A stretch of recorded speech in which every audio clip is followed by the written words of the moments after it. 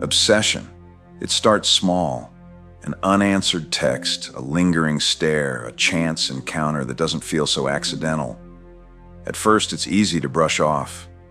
You tell yourself it's nothing, but then the texts won't stop. The footsteps behind you feel closer. And one day, that person is no longer watching from a distance. Some people don't know when to let go. And some, they take their obsession to the grave. Welcome to the Fear Archives. Tonight we're diving into real-life stories where love, jealousy, and control spiraled into something far more dangerous.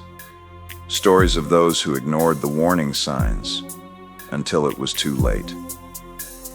If you enjoy exploring the darkest corners of human nature, subscribe and hit the notification bell, because trust me, there's more where this came from. Thank you for watching. And remember, not every admirer is harmless.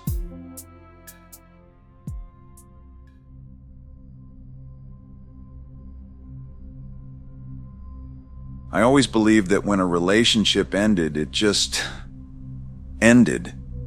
Sure, there might be lingering feelings, a painful adjustment period, maybe even the occasional regret. But I never thought that breaking up with someone could turn into a nightmare that followed me for years. Jason and I had met in college.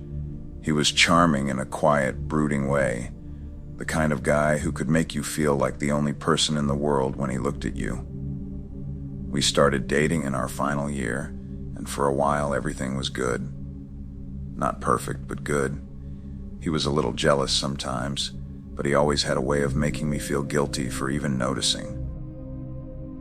After graduation, things changed. Jason became possessive. He questioned where I was going, who I was with, why I didn't text back fast enough.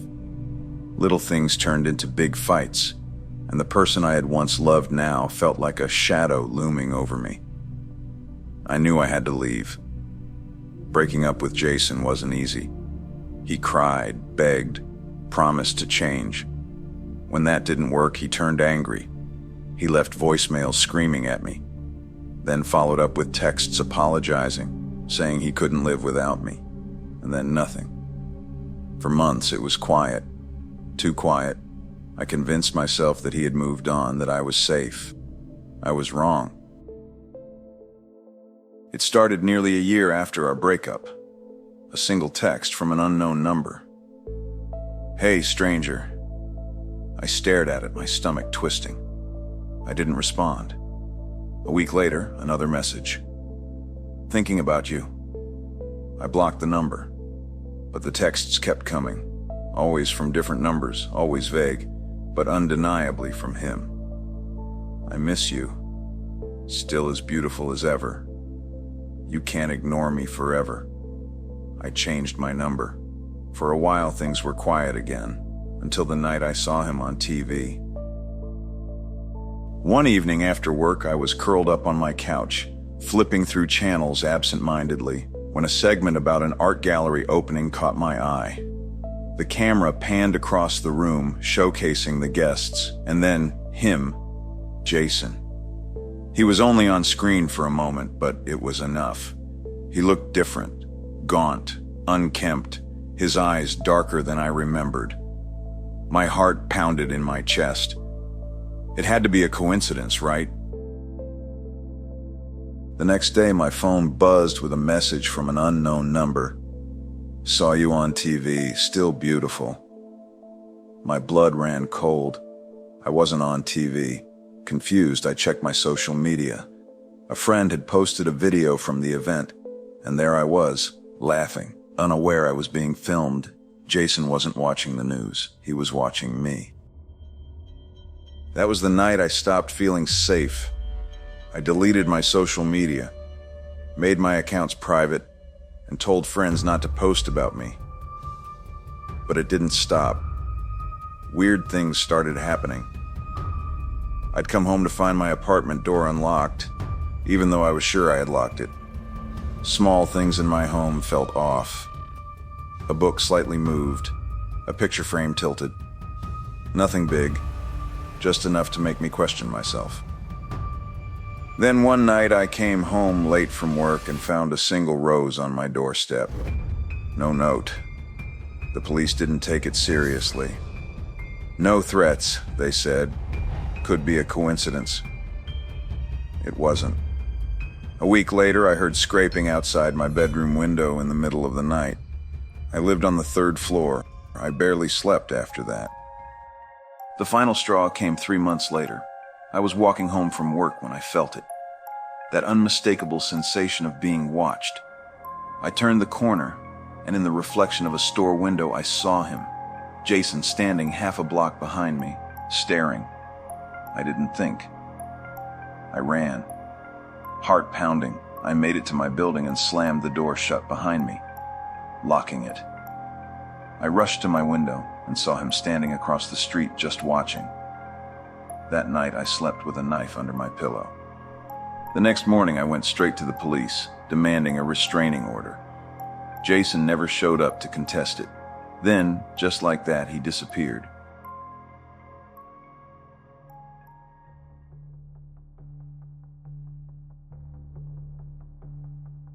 Tracy Lundeen had always prided herself on being independent. At 28, she had her own cozy apartment in a quiet part of Minnesota, a good job, and a close-knit group of friends. Life was finally settling into place. That was until Daniel came back. Their breakup had been messy. Daniel had always been possessive, jealous of her male co-workers, demanding to know where she was at all times. At first it was flattering, then it became suffocating. When he started showing up unannounced at her job, she knew she had to end it. She thought that was the end of it. Until the texts started. At first they were harmless. I miss you. I can change. Then they turned darker. I saw you at the grocery store today. You always did love strawberries. That sent a chill down her spine. She hadn't seen him there. In fact, she hadn't seen him anywhere. Yet somehow, he had seen her. Her friends told her to block the number. She did. That's when things got worse.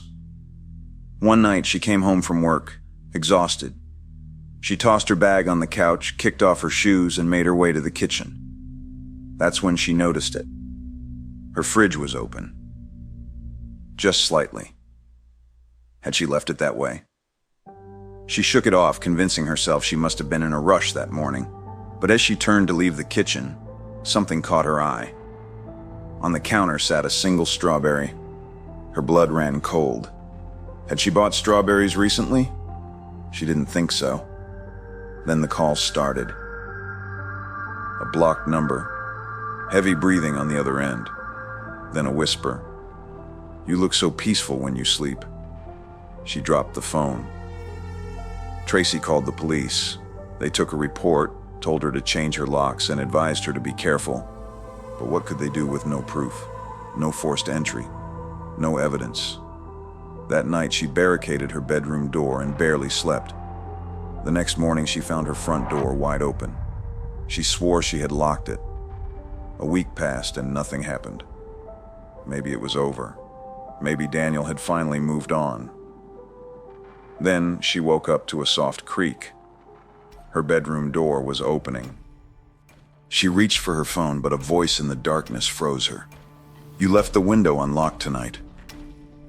The light from the street lamp barely illuminated the figure standing in her doorway. Daniel, grinning, she screamed. In a blind panic, she threw the lamp on her nightstand at him and bolted for the door. He lunged, grabbing at her wrist, but she twisted free and ran out into the hallway, banging on her neighbor's door. The police arrived within minutes. Daniel was gone. When they searched the apartment, they found the attic hatch slightly open. Inside, a sleeping bag, empty food wrappers, a notebook filled with sketches of her face. Daniel had been living above her for weeks. He was arrested 2 days later, found hiding in an abandoned house just 2 blocks away. In his possession, a spare key to her apartment. Tracy moved out immediately, but she never shakes the feeling that sometimes when she's alone at night, she's still being watched.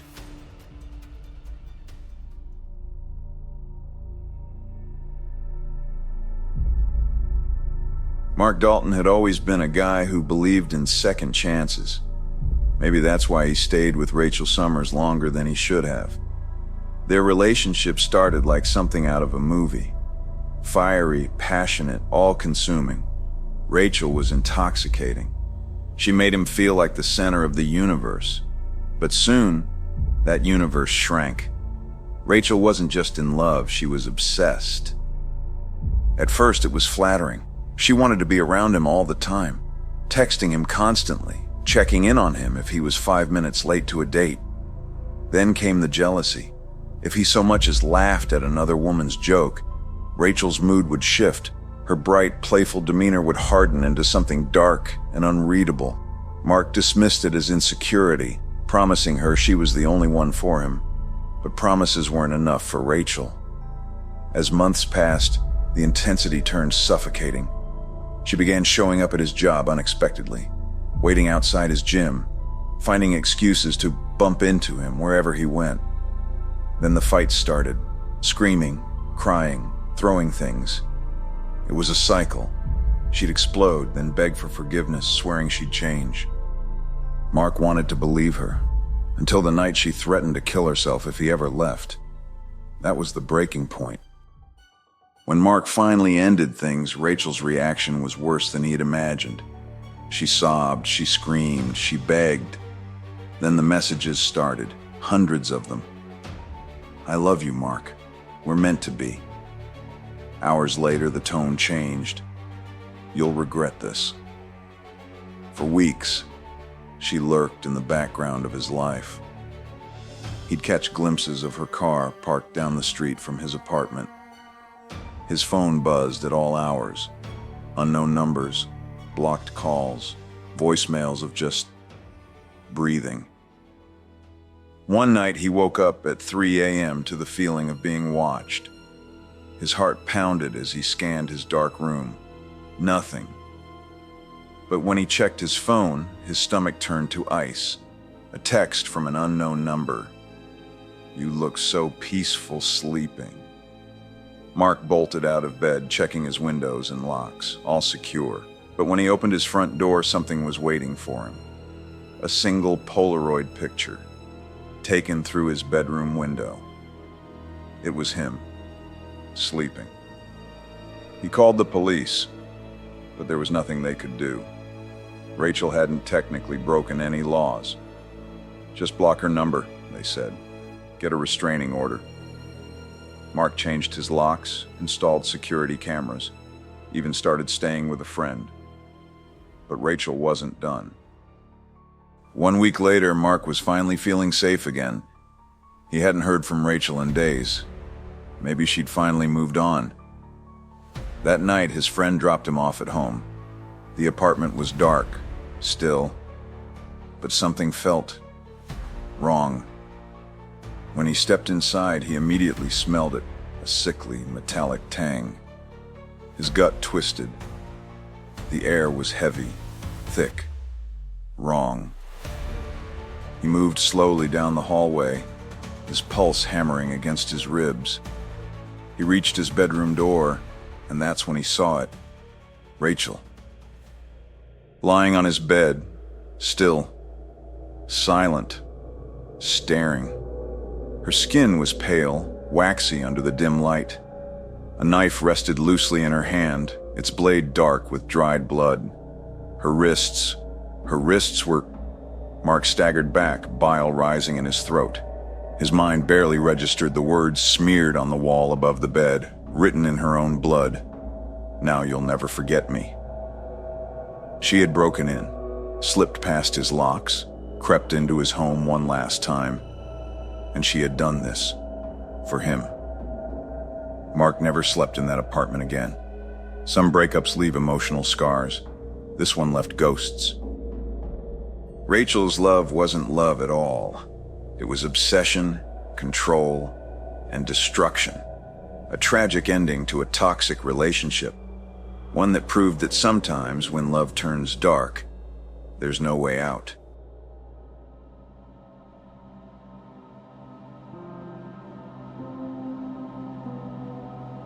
Dave Krupa wasn't looking for anything serious. After a recent breakup, he had sworn off committed relationships, opting instead for casual dating. That's how he met Carrie Farver, a sharp, independent woman with an easy smile. She made it clear from the start, no strings attached. It was perfect. But then there was Liz Golyar, Dave's ex-fling, someone he had dated briefly before Carrie. Liz had been hoping for something more, but Dave wasn't interested in commitment. She had taken the rejection well, or so he thought. For a while, everything seemed normal. Dave spent time with Carrie, while Liz faded into the background. But that was before the messages started. One morning, just days after spending the night at Dave's apartment, Carrie vanished. No calls, no visits, just a single chilling text. "I never want to see you again. Leave me alone." Dave barely had time to process the message before the floodgates opened. More texts followed, hundreds of them. Some were angry, others desperate, and some downright menacing. "I see you. You ruined my life. You'll pay for what you did." The messages weren't just aimed at him.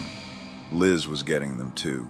Carrie seemed to have a vendetta against her, calling her vile names, threatening to burn down her house.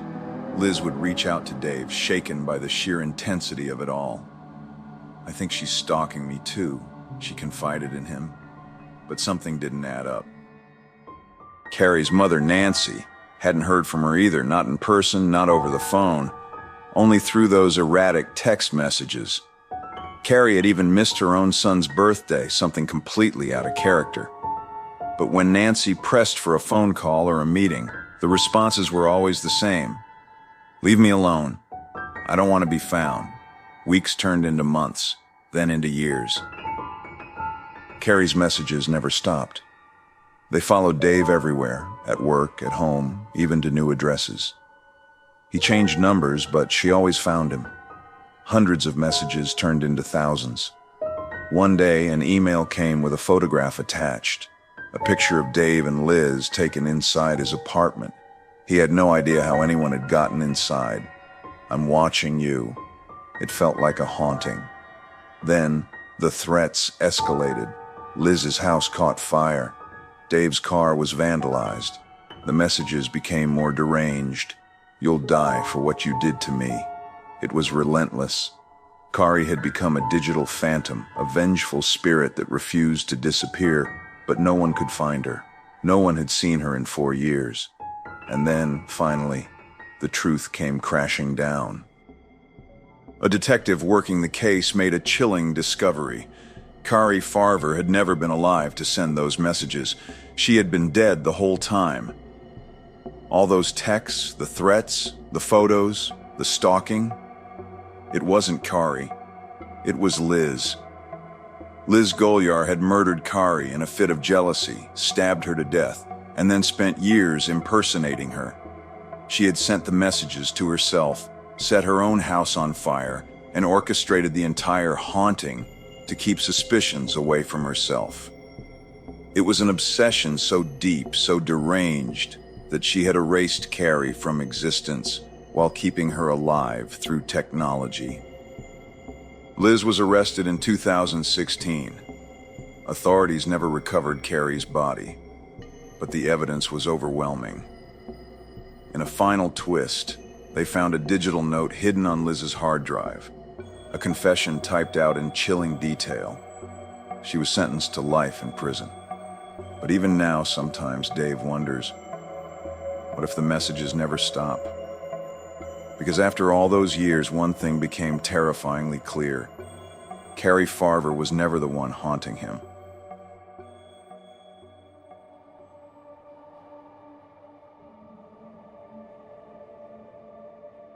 James Carter thought he had finally escaped the nightmare that was his ex-girlfriend, Sarah Winters.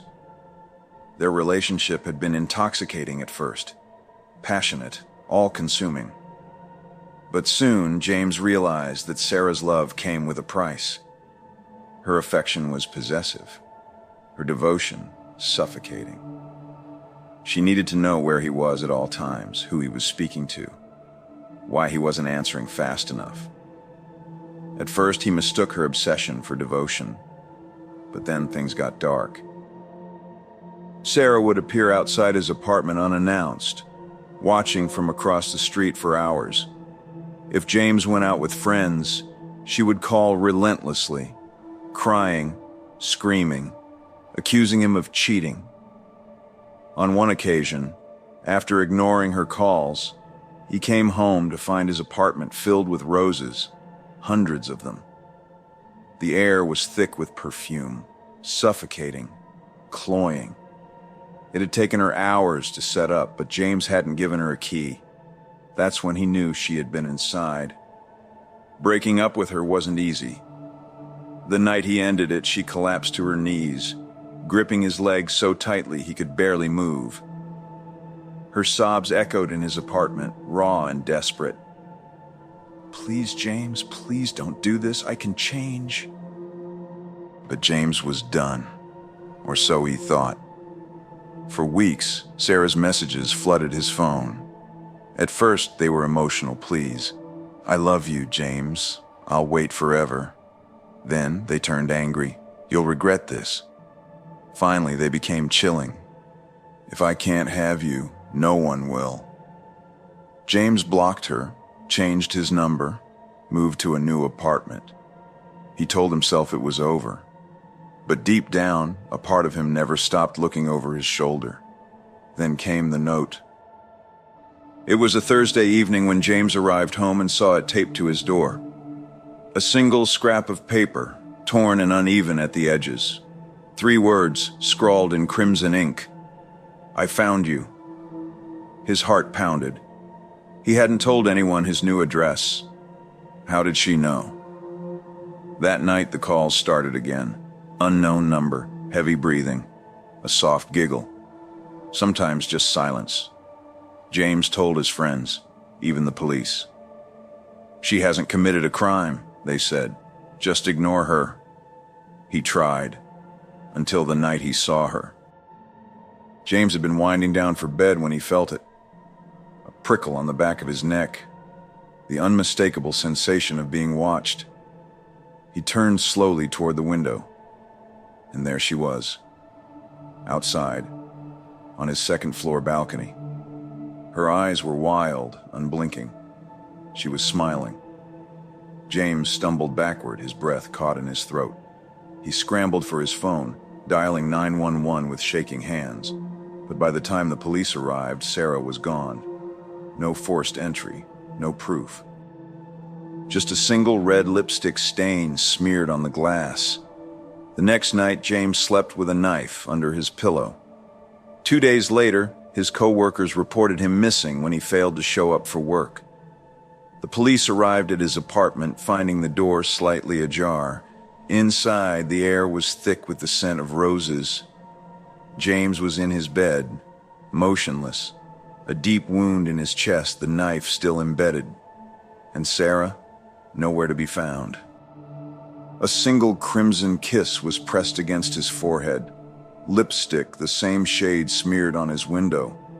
The police issued a nationwide manhunt, but Sarah Winters vanished without a trace. Some say she fled the country. Others whisper that she's still out there, hiding in plain sight, waiting for her next obsession. And if you ever receive a text from an unknown number saying, "You look beautiful today," you might want to check your locks. Because Sarah never lets go, and she always finds you.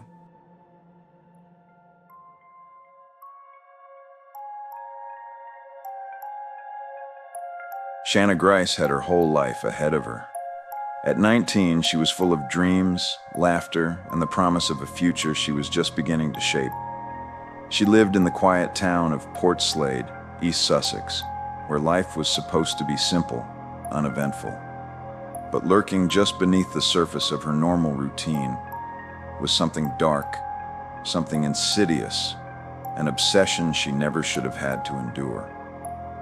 It started small, as these things often do. Michael Lane, a 27-year-old man she had briefly dated, couldn't seem to let go. After their short-lived romance ended, Shauna tried to move on, but Michael wouldn't allow it. The texts began, at first pleading, then demanding. Calls at odd hours, unnerving coincidences where he just happened to be wherever she was. Then, things escalated. She found her car tires slashed. Unexplained gifts appeared on her doorstep, roses, love letters that read more like threats. And then, the most chilling of all, she would wake up to find him standing outside her bedroom window, watching her. Shauna did what she was supposed to do. She went to the police. She reported him, explained the stalking, the intimidation, the fear. But instead of taking her seriously, authorities dismissed her claims. They even fined her for wasting police time. Michael, they said, was just a heartbroken ex. Nothing more. Nothing more. Months passed, and Shauna tried to move forward, though Michael's presence loomed over her like a shadow. Then on the morning of August 25th, 2016, Shauna failed to show up for work. Concerned, her employer called her home. No answer. When the authorities arrived, the house was eerily silent. The smell of smoke still lingered in the air. Inside Shauna's bedroom, they found a horrifying scene. Her throat had been slit. The room had been set on fire in an attempt to cover the crime. Michael Lane had broken in that morning. He attacked her, stole her life, and then tried to erase all evidence. But justice was coming for him. Security footage showed him buying a can of gasoline just hours before the murder. His car was seen circling her neighborhood. His phone contained disturbing searches about how to track someone, how to break into a home, how to destroy evidence. Lane was arrested, charged, and later convicted of murder. He was sentenced to a minimum of 25 years in prison. But the damage had been done. The system had failed Shauna. Had they taken her report seriously, had they acted instead of dismissing her, she might still be alive. If someone is making you feel unsafe, if they are following you, harassing you, or refusing to respect your boundaries, please take it seriously. Stalking is not just an inconvenience. It is a warning sign, a precursor to something far worse. And if the authorities won't listen, don't stop until someone does. Your life is worth protecting.